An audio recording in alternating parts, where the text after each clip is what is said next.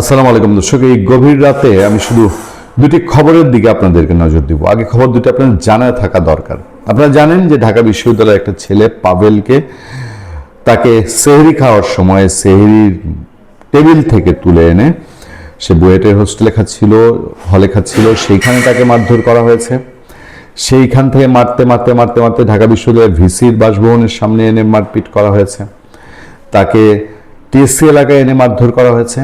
তারপর আবার শাহবাগ থানার কাছে এনে আবার মারধর করে তাকে ফেলে রাখা হয়েছে। যেই ছেলে নাকি ছাত্রলীগ করে, তার বন্ধুবান্ধবরা থানায় গিয়েছে, কথা বলেছে থানার কর্মকর্তাদের সঙ্গে। এটা একটা মব, এটা একটা সাংঘাতিক মব, যদিও স্বরাষ্ট্রমন্ত্রী বলেছেন এটা মব না।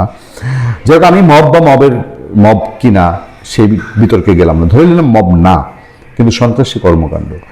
এই সন্ত্রাসী কর্মকাণ্ডের পরে ছেলেটাকে উদ্ধার করে হসপিটালে দেওয়া হয়েছে, কিন্তু এর পরে যারা এই সন্ত্রাসী কর্মকাণ্ড করলো, অভিযোগ রয়েছে এনসিপির ছাত্র শক্তি এই কাণ্ডগুলো করেছে, তাদের বিরুদ্ধে কোনো ব্যবস্থা নেয়ার কোনো ধরনের কোনো উদ্যোগ নাই, নাই ঢাকা বিশ্ববিদ্যালয় প্রশাসনের পক্ষ থেকে, নাই পুলিশ প্রশাসনের পক্ষ থেকে।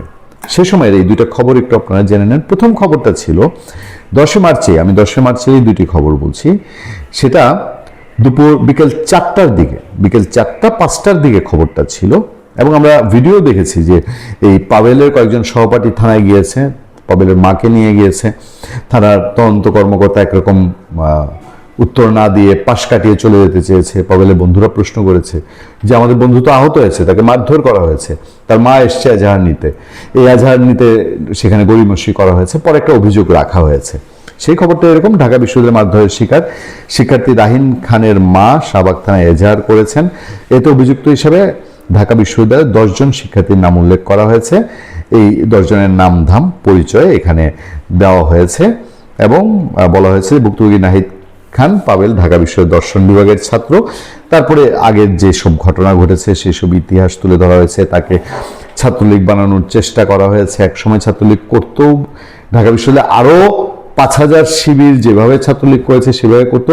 জুলাই আন্দোলনের সময় সে ছাত্রলীগ থেকে বের হয়ে এসেছিল, কিন্তু সে আর শিবিরে যোগ দেয়নি, এটাই বোধহয় তার অপরাধ।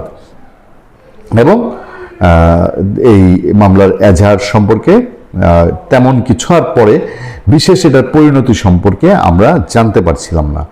কিন্তু রাত গভীর হওয়ার সাথে সাথে, আমি বলছি বিকেল 5টা নাগাদ এই অভিযোগ যখন জমা হয়, আমি রাত 9:30টার দিকে দেখলাম আরেকটি খবর। এজাহার প্রত্যাহার করলেন ঢাবিতে মারধরের শিকার পাভেলের মা। সেটা কেন করলেন, এটার কারণ কি, আমরা এটা সম্পর্কে বিস্তারিত কোনো কিছু ভেবে পাচ্ছিলাম না, জানতেও পারছি না। খবরটা ছিল এরকম: ঢাকা বিশ্ববিদ্যালয়ে মারধরের শিকার শিক্ষার্থী রাহিদ খান পাভেলের মা শাহবাগ থানায় করা এজাহারটি প্রত্যাহার করে নিয়েছেন। মঙ্গলবার রাতে শাহবাগ থানার ইন্সপেক্টর ও ভুক্তভোগীর মা পারভিন আক্তার বিষয়টি নিশ্চিত করেছেন। এর আগে গতকাল সোমবার রাতে ভুক্তভোগী শিক্ষার্থীর মা পারভিন আক্তার বাদী হয়ে শাহবাগ থানায় একটি এজাহার জমা দেন। এই এজাহারে ঢাকা বিশ্ববিদ্যালয়ের 10 জন শিক্ষার্থীর নাম উল্লেখ করে আরও 10-15 জনকে অজ্ঞাতনামা আসামি করা হয়েছিল, যেটা আমি আগে জানিয়েছি। তবে ঠিক কী কারণে বা কোন পরিস্থিতিতে 24 ঘন্টার ব্যবধানে অভিযোগটি প্রত্যাহার করা হলো সে বিষয়ে কোনো তথ্য জানায়নি পাভেলের মা বা পরিবার। ভুক্তভোগী রাহিদ খান পাভেল ঢাকা বিশ্ববিদ্যালয়ের অমুক ছাত্র, এরপরে ব্যাকগ্রাউন্ডটা তুলে ধরেছে। আপনাদের কি বুঝতে কোনো অসুবিধা আছে পাভেলের মা কেন এজাহারটি প্রত্যাহার করেছেন? আমাদের বলে দিতে হবে, বোঝা যায় না? তাহলে এই মবস্টার যারা এর আগে ইউনূসের 19 মাস মব করেছে, এখনো একটি নির্বাচিত সরকারের সময় তারা মব করে যাবে এবং তাদের বিরুদ্ধে কোনো ধরনের অভিযোগ করতে গেলে সেই অভিযোগ আবার প্রত্যাহার করে নিতে হবে। আপনারা নিশ্চয়ই অনুধাবন করতে পারছেন যে আইন এবং বিচারের বাণী নিভৃতে কাচ্ছে নাকি হাউমাউ করে কাচ্ছে। ভালো থাকবেন, সুস্থ থাকবেন। আপনাদের সাথে আমি আতিক রহমান, পূর্ণিয়া।